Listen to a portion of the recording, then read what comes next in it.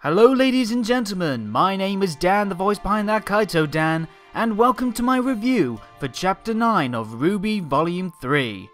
We're knee deep now in the push towards the volume's end, following last week's episode that was complete with blows to the SS Arcos, Yang getting tossed and turned dramatically by Ironwood, Blake and Crow, plus Ruby's attempts in figuring out what is really going on being stopped by a repaired Mercury, with evil intentions lurking over the next tourney fight of Penny versus Pyrrha. So with all that to follow, did the latest episode push on to create another memorable episode, or was it too much to handle? Spoiler warning big time folks, don't continue watching if you haven't seen the episode yet. And let's kick off this look at Chapter 9 of Volume 3, PvP. With his pick for the next full maiden in solo action, Ozpin's in his room ready to watch Pyrrha take on Ironwood's secret weapon Penny, who's her usual chipper and positive self, while Miss Nikos is still reeling with the whole full maiden issue and the messy end to her moment with Jean. Meanwhile, Ruby's surprised to see Mercury is still around and not crippled, and is slowly starting to see the lies unravel, with Mercury not playing ball letting her continue. Two pairs here are set to clash, and with Ironwood, Team Juniper, and Emerald shown watching on, it's the tourney fight that fires up first. And boy is it a doozy. We know these two are some capable fighters, sure, and their quality shows in spades here, with Pyrrha being quick on her feet to try and deal with the many blades that Penny almost kind of dances towards her, giving me some major flashbacks to how Monty did Naminé from Kingdom Hearts fighting in his Dead Fantasy animation series. Speed's not helping Ruby though, as even trying to whirlwind past Mercury, that doesn't go as planned. Some stiff kicks grounding her, and a well-placed shot ending any chances to call in some backup. Back up top, and things are still evenly balanced as the two ladies trade blows. We also see Pyrrha's emotions still being on edge as she spots Jean in the audience. It's starting to mess with her semblance even a little as well, nearly bending her own weapons as a result. Some progress comes to Ruby though, as she survives more blows to finally dash away from Mercury. And with Pyrrha, she flawlessly evades a barrage of laser beams and swords before a rocket-boosted Penny knocks Pyrrha off her momentum, and is eventually left disarmed, gifting Penny an open window, and more importantly, a spot for Emerald to activate her hallucination semblance, making the few blades of the robot gal look more like the arrows blocking the sky from 300. No weapons in hand, and fear of becoming a Pyrrha pincushion means that Pyrrha resorts to her last-ditch effort, a huge polarity wave that tags back the various blades, and Penny herself. The blast flinging the swords away, and as a result, some wires tangle up around Penny, and they rip her apart. Yes folks, Penny gets torn in two, and becomes the first major character to pretty much die in the series. And it's everyone's favourite sweetheart robot. Much to the surprise of many watching in the arena around the world, including this Dr. Light lookalike that definitely seems to be Penny's creator and surrogate father. All the negative emotions from this tragedy have now become the kicker for the Grimm to finally head towards the source. And to really hit things home, Ruby, too late to save her friend, breaks down into tears. And let me put it on record to you all, no denial here, seeing Ruby of all characters crying after seeing Penny like this, it made me cry myself. You did it, Ruby. You got tears out of me. You beautiful, beautiful bastards. But the pain hasn't ended yet, as with Mercury's exit, we hear the broadcast can't be stopped, thanks to a familiar chess piece being symbolized on the screens, and Cinder Fall echoes her voice out to the world.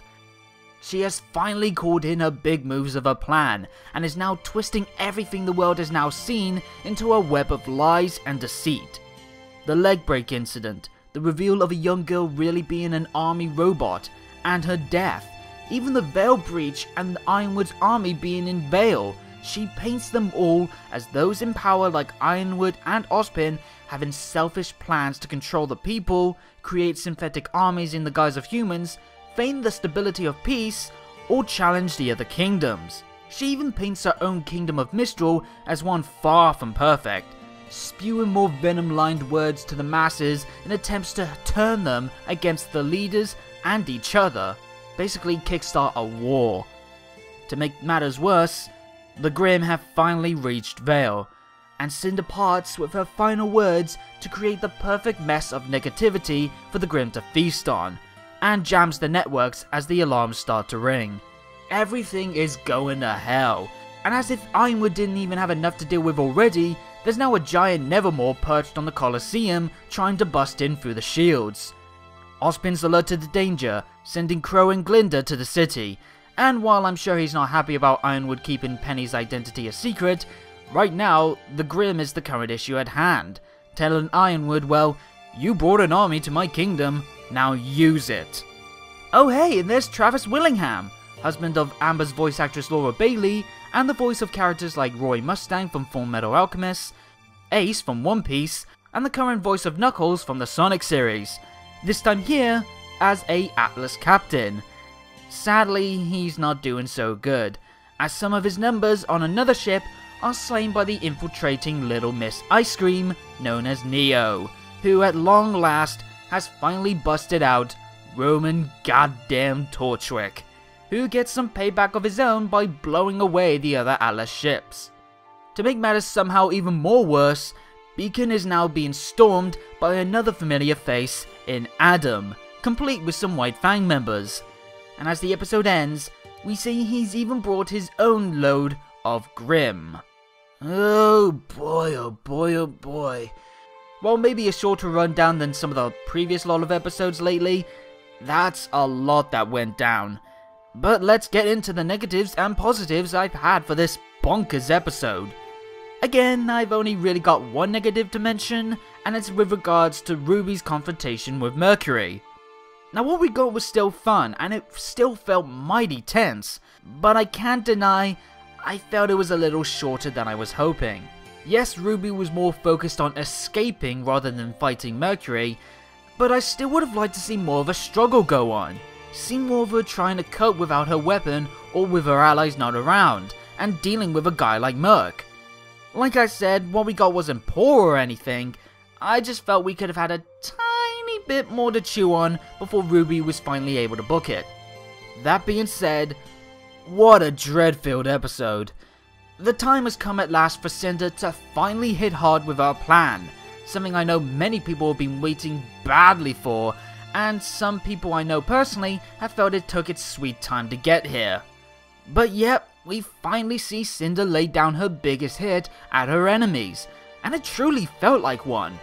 This episode by far is the single darkest, nerve-tingling, heartbreaking episode to date, as we got hit over and over again with every single blow, from the tense fights, to the crushing end of Penny, to Cinder's chilling message, and the invasion of the Grimm and the White Fang. This is the episode that's truly cemented the turn that the show is now taken towards its more grander events and plots. And while it has been a long time coming, seeing Cinder's plan come into action at long last, and all these moments chaining up one after another, was such a rush that kinda left me visibly shaken and just emotionally drained by the end of it. All kinds of set pieces in this episode was once more fantastically supported by a phenomenal array of musical backing tracks. My god, was it something special. From the jittery and nerve-tingling tracks back in the pair of fights, especially with RWBY vs Mercury, to the haunting choir-supported tones of evil intentions when things went crazy. The music was gloriously epic like it needed to be for such unsettling scenes. And for me, is some of the best pieces of music crafted throughout this entire series. Next, and even beyond the tone of the episode and the previous complaint of RWBY and Mercury's fight's runtime, I gotta praise some super slick and superb animations for these fights. With the first fight, it was nicely crafted as more of a tug of war more than a 1v1 fight.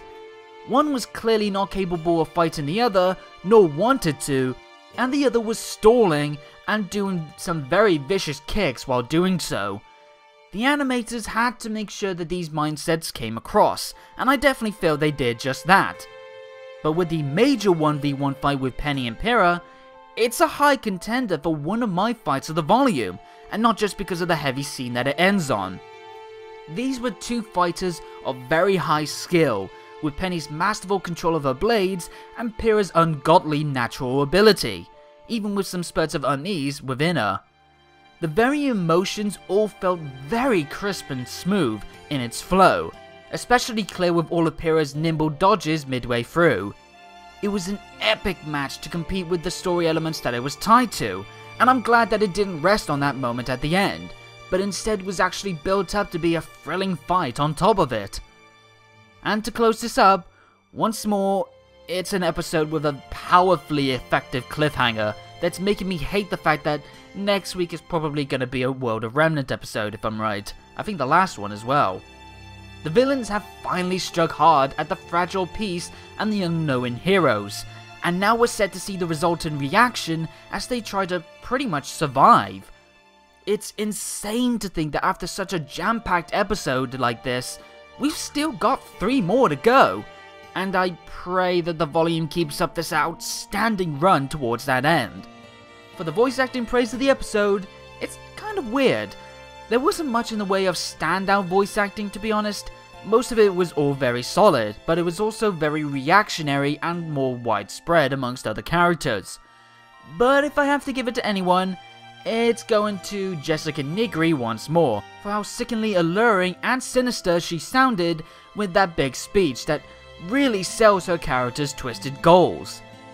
So, wow, yeah, that was one hell of an episode, guys.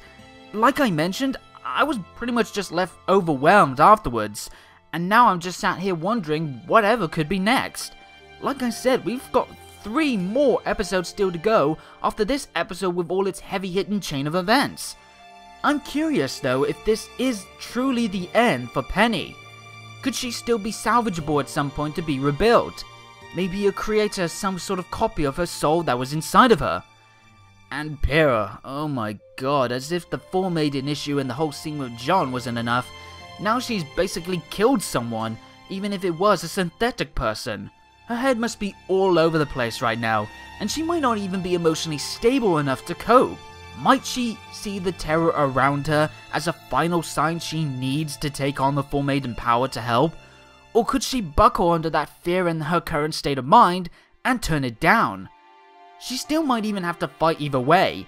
There's a giant horde of Grimm storming the city and the arena, plus the White Fang and even more Grimm are over at Beacon, where possibly only Ozpin and Yang are present, if Kuro and Glinda have already made it into the city. I think in these final episodes, we may see every willing and able huntsman and huntress fighting wherever they can, even just to save as many people as possible, more so than win. I fear right now for every one of them, and regardless of if Cinder is able to get the Four-Maiden powers or not, on top of all this destruction, I don't see Beacon or Vale remaining standing come the end of the volume. But that's my thoughts. If you're still not crying over Penny's death or left too speechless to type, post your opinions down below in the comments, like my video if you did, and subscribe to be alert to new uploads. Follow me on Twitter for new updates, information, or randomness from me, and until next time, have a good day or good night, and peace out.